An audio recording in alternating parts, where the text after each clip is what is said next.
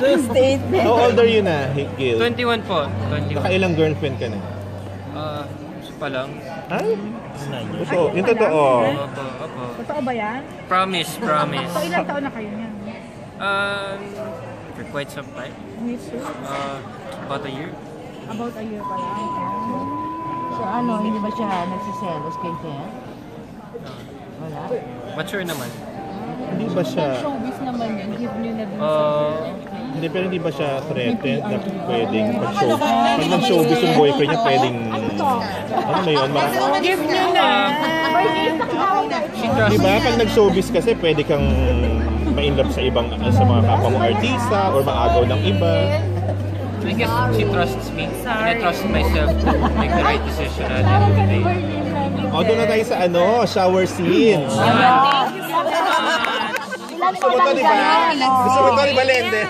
Very good. Parang... Bakit parang may ano? Ba't parang ang baba nung shot? Parang kita ba yung puwet mo doon? Ay doon, comfortable ka doon. Ginagaling mo.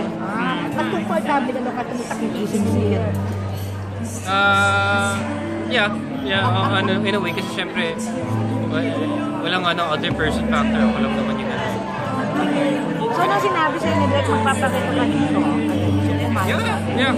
Sa modeling ko kasi, dami ko ng beses nag-shirtless, gano'n. Speaking of that, wala ba kami one of his days, may lalabas na scandal? Wala po. Wala ka ba mga shot or video? Wala talaga po eh. Opo. Confident na confident. Kahit idiga pa nila, kahit saan, wala silang ganito, lahat yan ang dahil. Wala. Tapos kinabukasan.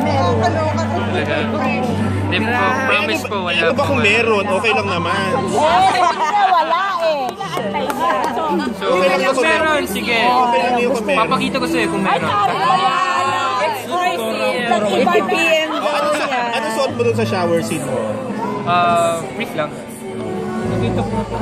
Makikita yung brief mo doon sa scene. Nakita ni Nildo. Okay ka lang naman sa gano'n? Opo. Nag-model ka na ba ng underwear? Or ano? Nag-model ako ng naka-underwear pero hindi po ako nag-model ng underwear. Okay. Saan ka nag-underwear na photoshoot? Marami na po. Okay. Wala ka namang...